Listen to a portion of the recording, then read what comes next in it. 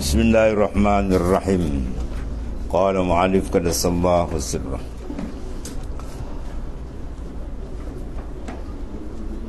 Qala Ibnu Athaillah Sakandari qaddasallahu sirrah bil munajat, ilahi kaifa takiluni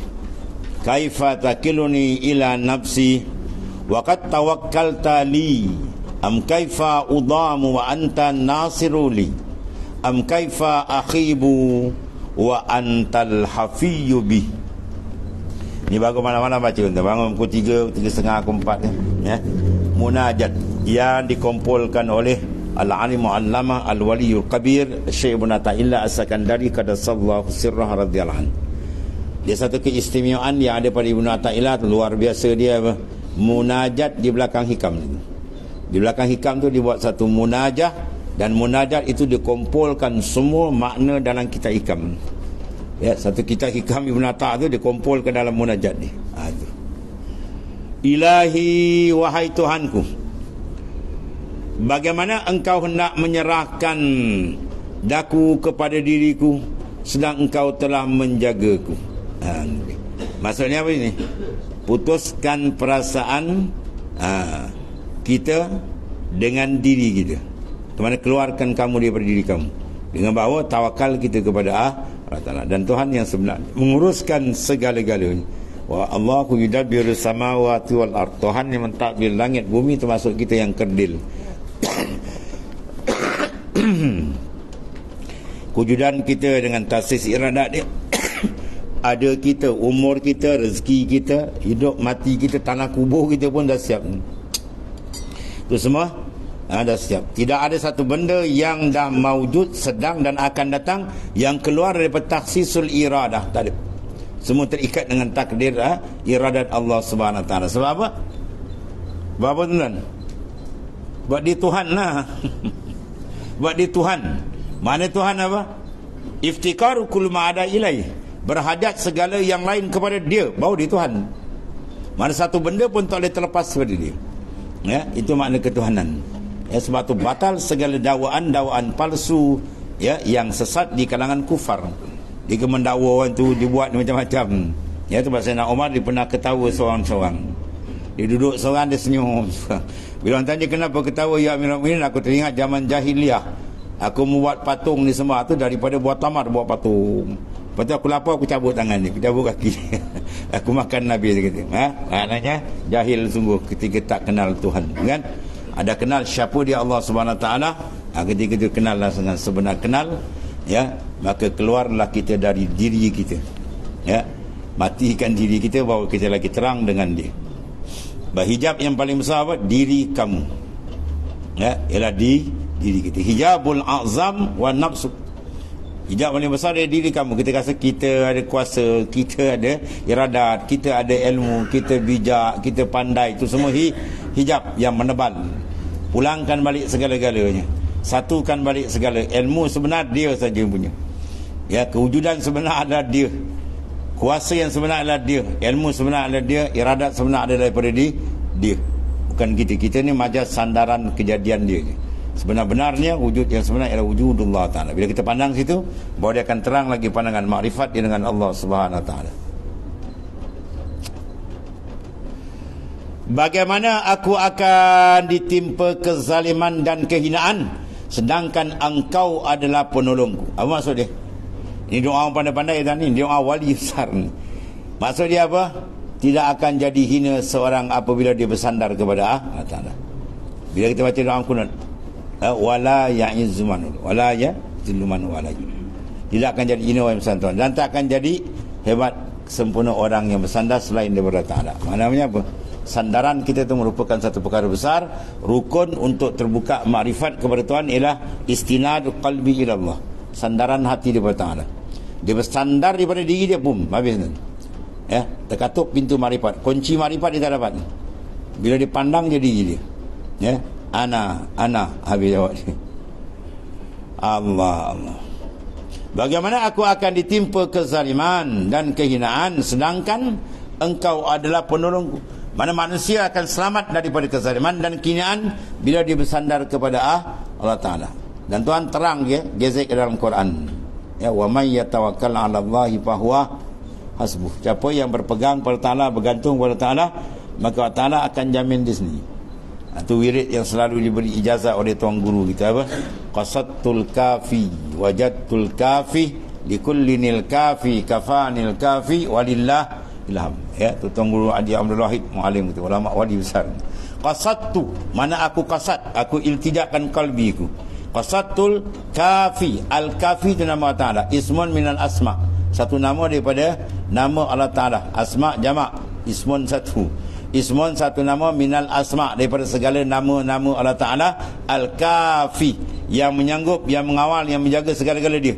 Qasadtu, maka aku qasad dia je. Ya, ilahi anta maksudi, sama mana itu sifat nama Tuhan Al-Kafi. Wajadtul kafi, maka aku kenal, aku kenal siapa dia Al-Kafi.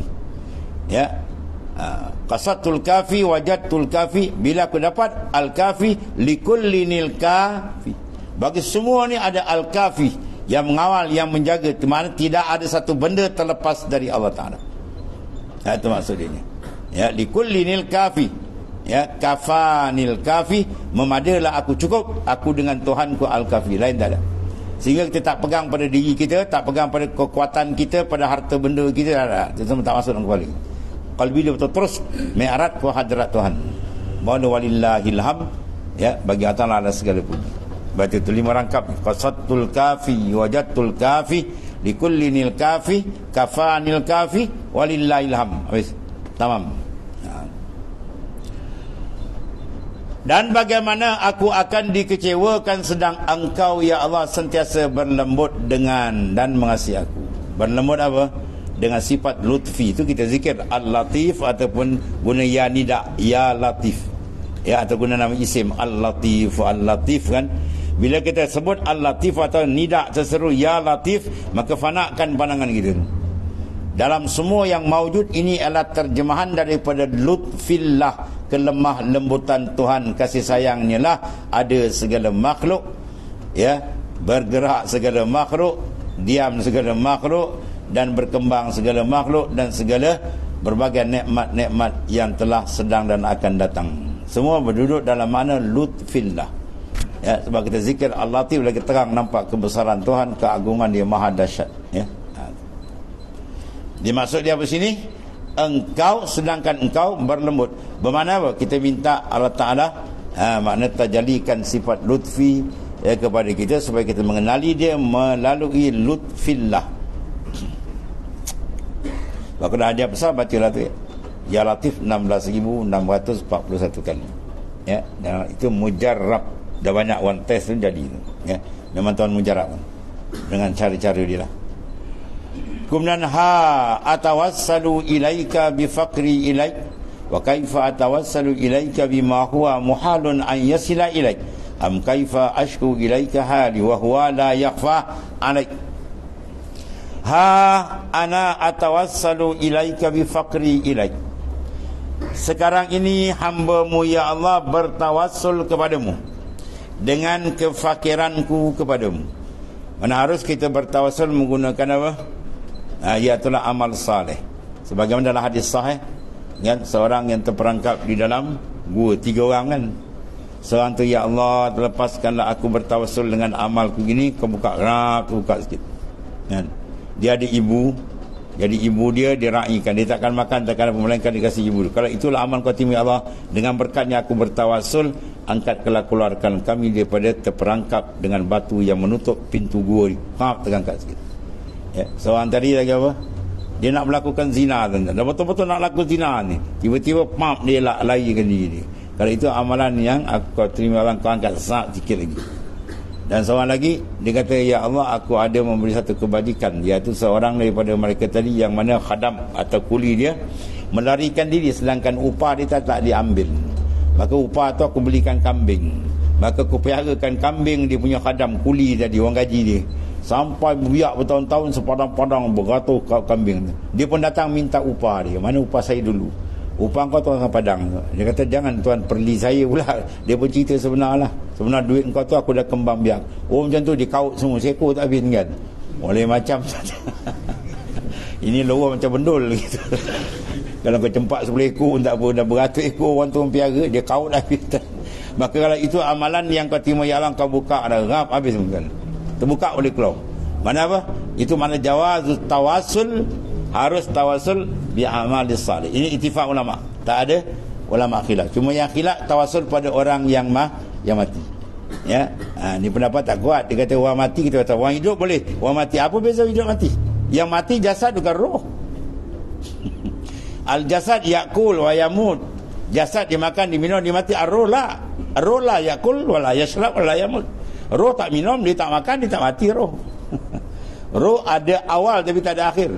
Roh makhluk tapi dia dikekal oleh Ta'ala. Yang kita tawassul roh. Berarti tak ada masalah kan? Ya. Wahabi tiga-tiga tu, dia dah mati. Habis kau mati, kau pergi salam kat kubur apa? Ya. Kalau pergi salam kat kubur, Assalamualaikum ya ahlul kubur. Waalaikumsalam menjawab, aku dah mati gitu. Kan? Ya. Wahabi Padang. Dia kena bergaduh buat wahabi. Habis. Jadi harus bertawassul, ya.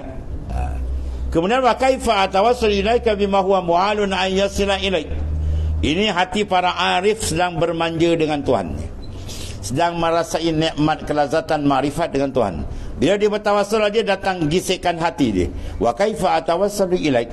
Bagaimana aku nak bertawassul kepadamu ya Allah dengan suatu kefakiranku yang mustahil yang akan sampai kepadamu. Sebab tu ada hakikat makhluk Tuhan kan. Segi hukum dia boleh tawassul, tapi dia kembali hakikat dia hilang. Ya, sebab orang yang makrifat akan dah sahibul hakika ghaba anil haq bisyuhudil malikil haq. Orang diangkat duduk dalam derajat hakikat makrifat sebenar, ghaba anil khalqi, hilang makhluk daripada pandangan dia. Jadi semua dia tak nampak dah. Ya, sebab tu syariat dipanggil usaha dan ikhtiar ada pada makam syariah. Ada pada makam hakikat dia tidak ada usaha dan ikhtiar. Apa maksud dia? Makam syariah disuruh kita usaha ikhtiar, tapi dalam makam hakikat ya diharamkan kita berpegang pada usaha dan ikhtiar. Bidalil qauli ta'ala fa iza azamta fatawakkal 'ala Allah. Dalil Quran kata apabila kau berazam, betul usaha, kemudian serah Tuhan. Bermakna usaha syariat disuruh, tapi batin hakikat mengharamkan kita berpegang pada selain dari Allah Ta'ala. Atau kaedah cantik, syariat wal haqiqah. Kemudian am kaifa ashku ilaika hali wa huwa la yakhfa alaik. Atau bagaimana aku nak mengadu kepadamu akan halku sedangkan ia tidak tersembunyi lagi pada pengetahuan. Dia ada dua makam di sini. Kalau dia duduk dalam makamul ibadah, maka Nabi Ibrahim membanyak-banyakkan akan doa. Tapi bila Nabi Ibrahim merujuk dalam makamul taslim, dia terus meninggalkan doa. Ya. Dia berdoa di hijau semain itu, minta bumi Mekah-Mekah macam-macam.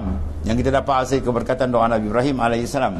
Tapi ketika dia dicampak dalam saat yang sangat mengerikan dalam api yang besar, dia tak berdoa pula, pelik Nabi Ibrahim kalau dicempak tengah-tengah api jatuh, pum, datang malaikat Jibril. Ada cahaya Ibrahim. Kau tak ada hajat Ibrahim. Tuan Jibril nak tolong ni lah kan. Jibril ada 600 sayap. Satu sayap dia kalau buka jantan tutup habis dunia ni.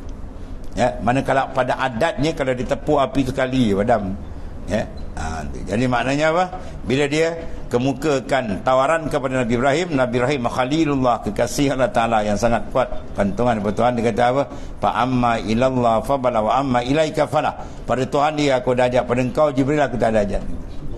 Dahsyat dan Jibril pun betul lah tu. Jibril pun tak ada kecil hati. Apa Jibril jawab? Sad.